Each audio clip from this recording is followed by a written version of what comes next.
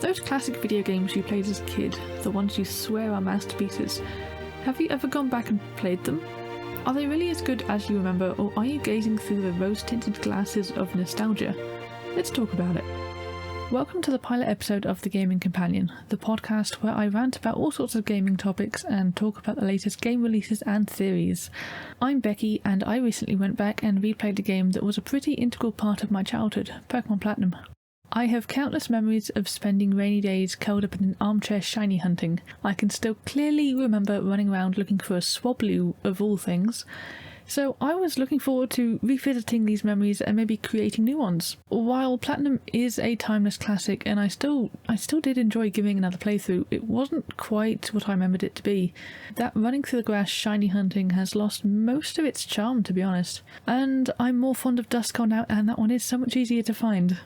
Anyway, the new playthrough got me thinking about nostalgia, what it means, and how it influences what games we like, or maybe don't like, and which ones we decide to buy. Let me share with you what I found. Nowadays, nostalgia is a fairly harmless experience, but it wasn't always so accepted. Turns out back in 1688, when the term nostalgia was first coined, it was actually considered to be a pretty bad disease, even life-threatening.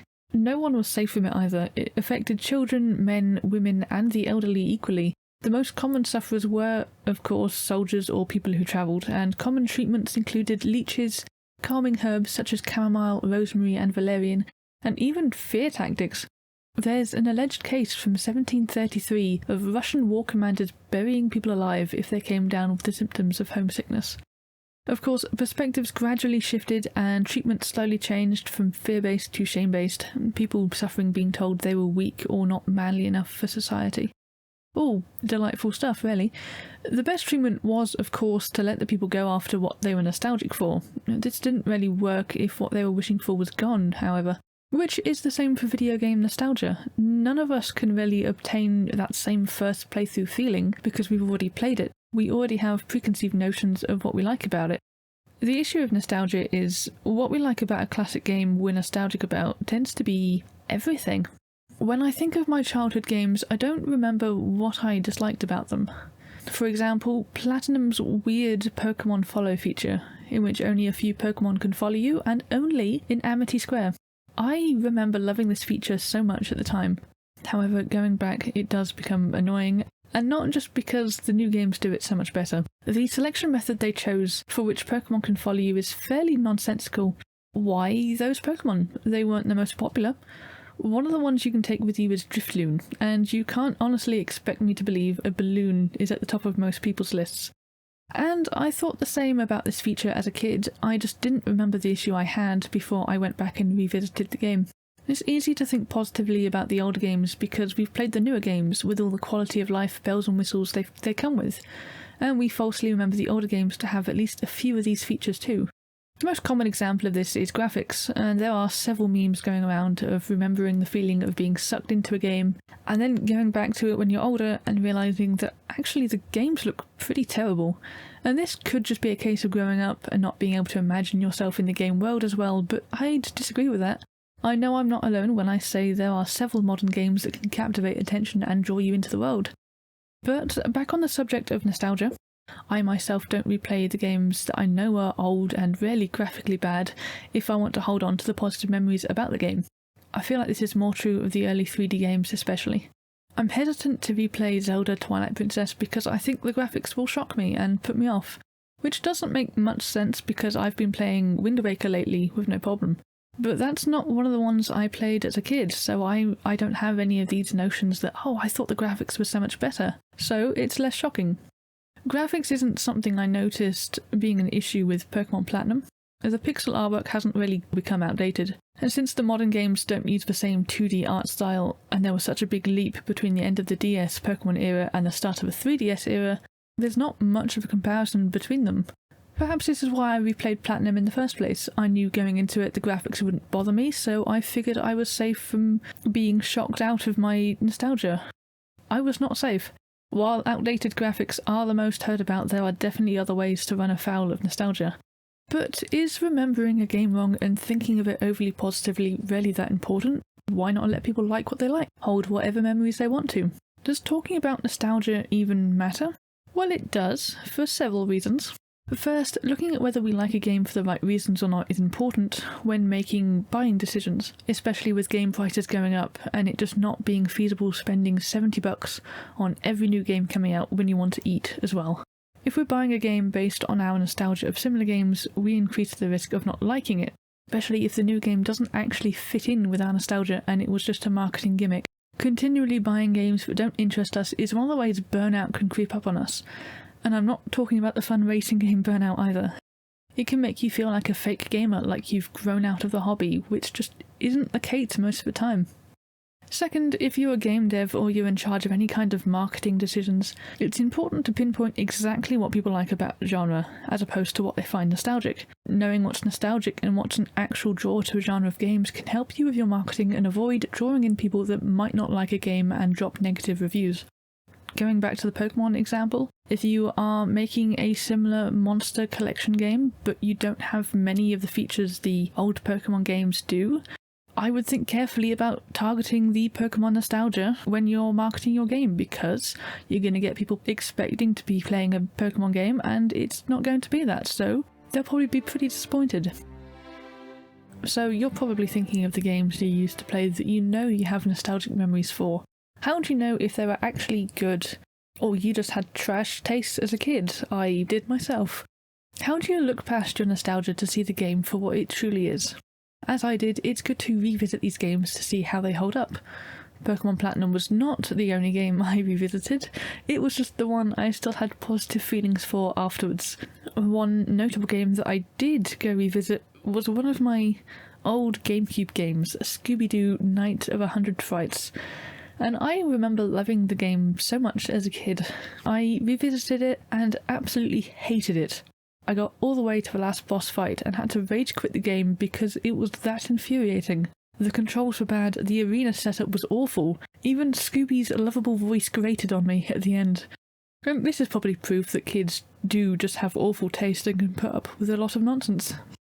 And this goes to show revisiting the game isn't the best way of getting around nostalgia to see if a game is really good, since we have an interesting tendency of putting up with the bad stuff for the sake of memories, hence why it took me until almost the end of that Scooby-Doo game before I had to quit.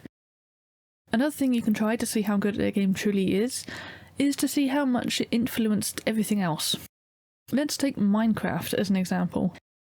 It set off a massive trend of open-world survival crafting games, a trend that is still going and still sees new releases every day.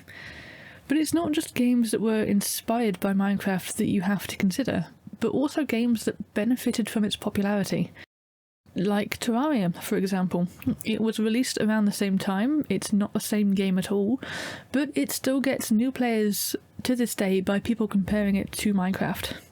Side note, I personally believe getting anyone to play Terraria by calling it a 2D Minecraft is just asking for them to hate it, but that's a completely irrelevant topic. This distinction in whether something was inspired by something or it just benefited from it brings up an interesting point about nostalgia, and I saw a ton of conflicts over this in my research, and that's the time frame of nostalgia. At what point do you say you are nostalgic over a game, rather than you just enjoy the genre or the story? And it depends on the person, how old they are, what age they got into gaming, how involved in gaming they are. Obviously someone who doesn't play as many games will be a lot more impacted by it. Which is why this is probably the most awkward topic I could have chosen for my inaugural podcast episode. My perspective, using Minecraft Terraria as an example, while it's accurate to say some parts of Terraria might have been inspired by Minecraft, I wouldn't agree that Relogic were targeting the nostalgia of Minecraft players at all, since they came out around the same time. No one had even developed a nostalgia for Minecraft yet. Instead, they were targeting people's current love for Minecraft, because inspiration is not necessarily the same thing as targeting nostalgia. But back to my main point on how to tell if a game is really good or not. The most effective way of knowing if a game is truly as good as you thought it is to ask other people. You do have to be careful with who you ask, because you will run into a few people who have a similar nostalgia to you and they'll also say it's good. The people you really want to ask are the ones who have never played the game before. Maybe even the ones who've never even heard of it. Get them to try it out and it might be an enlightening experience for you. While it's not a very old game, I have a lot of nostalgia tied up in Bloodborne. It was my first FromSoft game, and there was a lot going on at the time I first played it, so it made quite an impact on me. Watching other people play it is both very fascinating and disturbing. I've played it recently myself, but as I said, replaying these games doesn't work that well, but watching other people hate on it is very effective. After looking at nostalgia for a bit, I started looking at marketing tactics and how publishers target this nostalgia when they're selling games. The most obvious is game collections, which is games bundled together, usually on the same disc or cartridge. A few collections are also remakes, and they're changed a little to better suit the console they're being re-released on, but sometimes it is just a port, and there are tons of examples of game collections. The Uncharted collection, Assassin's Creed, Spyro, Borderlands and Halo, just to name a few. Most of the time, it's a pretty effective way of getting people to rebuy the games they played a few years ago and can't replay again for whatever reason. Maybe they want new controls, maybe they no longer have the copy or console they originally played on. Unfortunately, there are some examples where game collections can go wrong. Take, for instance, the Final Fantasy Pixel Remaster, another example of a game collection that did have updated graphics and audio. Everyone seemed to be pretty hyped about it, until they saw the price tag. $80 for just the games itself, which was $100 after shipping and taxes if you wanted the physical version. And it caused a bit of an outcry among Final Fantasy fans, especially among the people who wanted the collector's edition with the limited run physical items, which cost about $300. Of course, this collection did have the second problem of it being completely sold out when most people got past the price tag or even woke up, since its collection was shadow released during the middle of the night in the US for some strange marketing reason I don't understand. However, the Final Fantasy Pixel Remaster does bring up another marketing technique: game remakes and remasters. Just to recap, remakes are built from the ground up with a brand new engine. Sometimes they do have story and gameplay changes like Final Fantasy VII Remake, but not always. Remasters are mostly just updates to make games look pretty on a new console, but they more or less run on the same code. While this information may not seem relevant, it is an interesting distinction from a nostalgic perspective. Remember from before, when I was discussing the ways you can combat nostalgia, one of those being revisiting the game. In my opinion, it's much harder to mess up a remaster nostalgically, since the code and the gameplay is the same. Of course, this does mean a remaster is likely to have a worse response to it, since it's using an outdated code and people will go back, play it, and realise the game isn't quite what they remembered. Remakes are tricky. It has a new art style, and sometimes this art style is too different, and it doesn't have quite the same emphasis on nostalgia that remasters do. Of course, both remakes and remasters can be good or terrible, regardless of how many changes the devs make to the code. Moreover, even the industry itself messes up the nomenclature sometimes. And there's no greater example of this than the Metroid Prime remaster. And for one good reason, the care put behind enhancing the game makes it feel more like a remake than a remaster. And there are even a few YouTube videos debating the differences between remake and remaster and how Metroid Prime fits into it. But it's still just a remaster, the code is unchanged. Metro Studios straight up ported the old code to the Switch and just made all the changes to the graphics. Metroid Prime Remaster is an excellent example of nostalgia bait done right. It's the same game the old one was, but with all the bells and whistles people expect from a more modern game. Unfortunately, there are a few examples of remakes that don't quite scratch that nostalgic itch as well, regardless of their quality. Like I said, remakes are a lot harder to get right than remasters. The first example is unfortunately the Resident Evil 4 remake, and not because it's a bad game or even a failed remake. The care put into recreating this game is just as impressive, if not more so, than the work put into the Metroid Prime remaster. It received overwhelmingly positive feedback from players and critics alike. The people who hated it most were the nostalgia baities. And you don't have to take my word for this, a good chunk of the negative reviews on Steam all say the original was better. And yes, this isn't really a problem, people can have their own opinions on the game. Where it becomes an issue is the response to the people who worked on it. At least one voice actor who worked on the game had to remove themselves from social media due to being attacked for their role in the game, purely because her voice didn't fit into the nostalgic look those players had. That's why it's important to know when we need to distance ourselves from our memories of a game and when to look forward and appreciate new entries into a series. Another example of a remake gone wrong is Brilliant Diamond and Shining Pearl. And this one was very much anticipated before it was even announced, since Game Freak has made it clear they're remaking all of the games from the older generations. Unfortunately, the remake got a bad response to it just from the trailers, because the art style didn't match what people expected Pokemon games to look like, or even what the old Diamond and Pearl games looked like. In my opinion, the art style did match the tone established in the original Diamond Pearl games, with a focus on cutesy Pokemon, if not necessarily matching the look of the original games. However, this response to the trailers is interesting in hindsight and for the context of nostalgia, because it really shows what happens when you mess up someone's memory of the game. Anyway, the game released and then everyone really decried it because it was, in a word, lazy, but that is a different topic. However, it does bring up another interesting game that came out about the same time as Brilliant Diamond Shining Pearl, and that's Pokemon Arceus. Now, this isn't a remake or a remaster at all, but I think it's important to address here anyway because it's another example of a game that relied at least somewhat on nostalgia for its release. Arceus, like Brilliant Diamond Shining Pearl, focused on the audience of the original games. If you're not familiar, Pokemon Arceus is a brand new retelling of the lore surrounding the OG Diamond Pearl, the Sinnoh of the past. It is officially classed as a mainline game, but it is so completely different that I personally see it as more of a spin-off. As a bit of a tangent, Pokemon uses spin-offs like this a lot, probably more than any other major IP. I wouldn't say it's to deliberately target nostalgia, with the exception of Arceus, but they're definitely targeting as many game genres as possible with Mystery Dungeon, Ranger, Conquest. And these spin-offs get their own dedicated fans, and then sequels. Sequels being another great way for the game industry to target nostalgia. This is a lot more relevant when there's a significant length of time between the entries in a series. Take Arceus for example, with almost 2 decades of time between Diamond Pearl and Arceus, it's definitely capitalising a little bit on the nostalgia from the original games. And there are several more examples of sequels revitalising an old IP. For example, Armored Core 6, which was announced more than a decade after Armored Core 5. And it got a lot of people talking about and sharing their memories of the OG games. This is a great example of how nostalgia can keep a series alive. It's a relatively unknown series, no one is really playing or talking about the old games anymore. But this new release has been hyped up by people after the nostalgia. And that hype is going on to affect Soulsborne fans who have never heard about Armored Core before, but are looking for another Souls-like entry. I'm personally one of these people who have never heard of Armored Core, but I'm not so sure it really has the same essence as Soulsborne's. I would likely get it after the reviews or on sale, but I don't have much hype about it.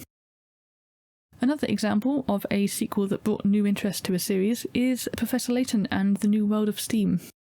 Unlike Armored Core, there wasn't a decade of time without a sequel. However, the entries between the last actual Layton game, The Aswan Legacy, and this sequel consists of a crossover entry with Phoenix Wright and another game that focused solely on Professor Layton's daughter in The Millionaire's Conspiracy. The crossover was a solid game, but it still wasn't a main entry into the series. It's another example of a spin-off. The Millionaire's Conspiracy, on the other hand, was not popular at all, with not many Layton fans being impressed or even interested in a game that didn't have Professor Layton in it. The New World of Steam takes the series back to its roots and reintroduces the much-loved Professor Layton, and I personally have seen a surge of renowned interest in the series, mostly based on the nostalgia of the old games. But I don't believe that every sequel that comes out is necessarily targeting nostalgia. This does go back to my point from before about the time frame of nostalgia, and when you can say that you like the game nostalgically or just for the story. Take Zelda Tears of the Kingdom. I personally wouldn't say that I'm interested in Tears of the Kingdom because I'm after that nostalgic kick from Breath of the Wild. I'm more invested in the story, in the same way that someone will watch the second and even third movies of the Lord of the Rings trilogy after they watch the first one. The characters, the world, and the main overarching goal is still there, but it's not nostalgia for the first that's sparking any interest. But then I personally played Breath of the Wild a bit later, so I don't see it as an old enough game to get nostalgic about. Since nostalgia hits people differently, you might see it in a different way, especially if your first experience with Breath of the Wild was on the Wii U. Now, I mentioned Twilight Princess a little bit before, and I think it's important to bring back up because it's an example of how nostalgia can be a pretty big driving force behind why people ask for remakes or sequels. Take, for example, my complete lack of desire to replay Twilight Princess just because I'm scared the graphics or janky controls will ruin the game for me. A remake would probably fix this, so long as it's a good remake and not brilliant diamond levels of bad. Anyway, that's the most major marketing techniques. But of course, it's not always quite as obvious as full-blown games. Sometimes it's little small things integrated into the games themselves. Even into games that don't seem to have anything to do with the game you're nostalgic for. And there are plenty of examples of this. The most common are Easter eggs and references, and overall game aesthetics like the art style or music. Easter eggs are a very common addition into games, and there are way too many to list here, but one of my favourites is FromSoft's character Patches. If you've played any Soulsborne game, you've probably heard of him. If not, well, I'll let you fall off that cliff by yourself. Related to Easter eggs is references to outside of the gaming world, to popular TV series, movies, books. One of my personal favourites is references to H.P. Lovecraft's works. This is quite a popular favourite, with eldritch horrors being a frequent addition into games. Finally, we have aesthetics and music. Again, there are too many games to list. For a very obvious example of all these things, think of Cuphead. This is probably the best example of the game that makes full use of nostalgia to get people to play it. It looks exactly like you would expect an old-style cartoon to play.